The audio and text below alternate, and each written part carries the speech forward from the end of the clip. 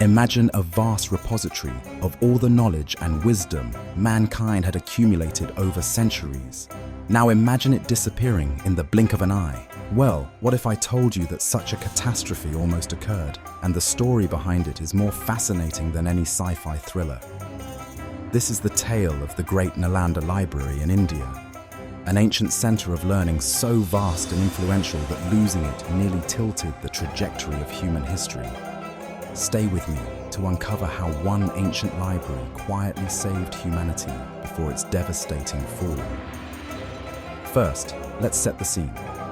Eastern India, 5th century CE. Amidst vibrant trade routes and flourishing empires, arose the Nalanda Mahavihara, one of the world's earliest and most influential universities. It wasn't just a university, it was an unparalleled intellectual magnet. Thousands of scholars, students, and thinkers from across Asia, including China, Korea, and Central Asia, flocked here to study not just religion, philosophy, and metaphysics, but also medicine, mathematics, astronomy, literature, and even political science. The name Nalanda can be translated as giver of knowledge, a fitting moniker for a place that served as a cradle of intellectual exploration. It wasn't your average brick-and-mortar university. Nalanda's campus was a sprawling complex boasting 8 grand schools, over 300 residential halls, and a monumental central library spread across 3 9-story buildings. Yes, 3 colossal buildings stacked with ancient manuscripts, scrolls, and texts, some of which predated recorded history. We're talking over 9 million manuscripts believed to include works in multiple languages: Sanskrit, Pali, Tamil, Greek, Chinese, and more. If the wonders of the world back then had a literary counterpart, Nalanda's library would top the list. Some scholars even say it was the world's first attempt to create an interconnected knowledge hub, a precursor to what we think of as today's internet. So how exactly did this treasure trove shape humanity?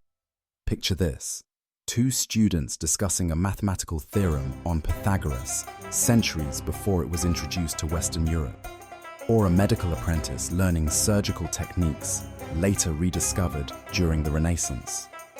Much of the foundational knowledge we take for granted, think numbers, sutras, astronomy charts, took root or was refined in this ancient hub. And it wasn't just Indian scholars. Chinese monks like Xuanzang and Yijing recorded how the free exchange of ideas at Nalanda reshaped their own cultures upon returning home. But here's where things get fascinating. Nalanda wasn't just absorbing knowledge, it was evolving it. Scholars here debated every topic imaginable. Want to know about early theories on the atom, secular governance, or the ethics of wealth? They discussed that and wrote about it years, sometimes centuries, before those concepts entered Western thought. It's even believed the Mahayana school of Buddhism, one of the major forms of Buddhism practiced worldwide today, solidified many of its teachings right here. Basically, Nalanda wasn't just a repository, it was an intellectual powerhouse that kept humanity's proverbial light burning long before the Renaissance rekindled it in Europe. So why isn't this essential history common knowledge? Well, herein lies both the tragedy and the chilling cautionary tale.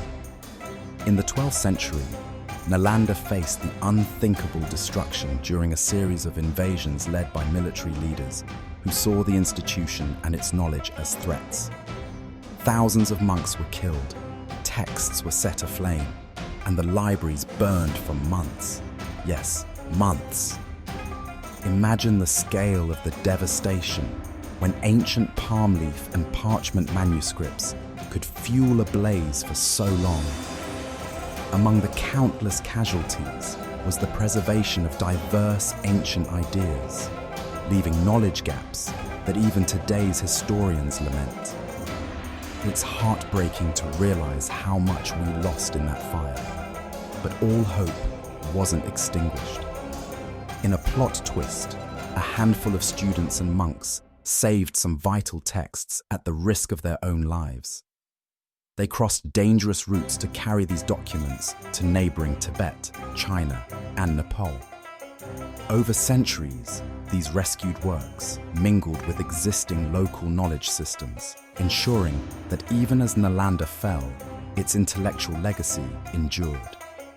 Tibetan Buddhism, as we know it today, owes much to this diaspora of ideas.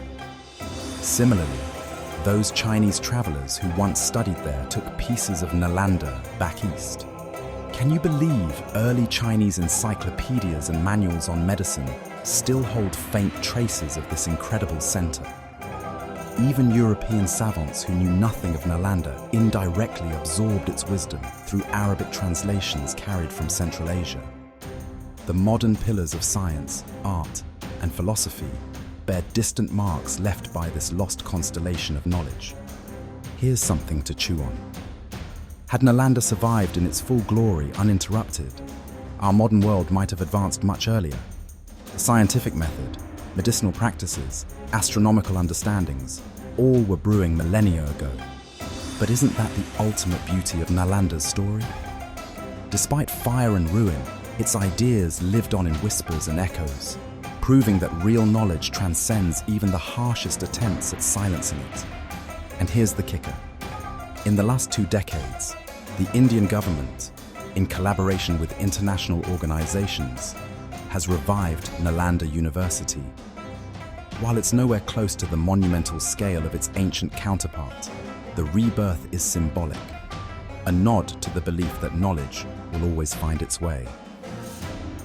Now, before you move on with your day, think about this. Libraries, whether grand buildings or e-books on your tablet, aren't just places. They're the memory keepers of our species. Imagine the world we'd inhabit if we fought half as hard to protect them as those ancient monks did.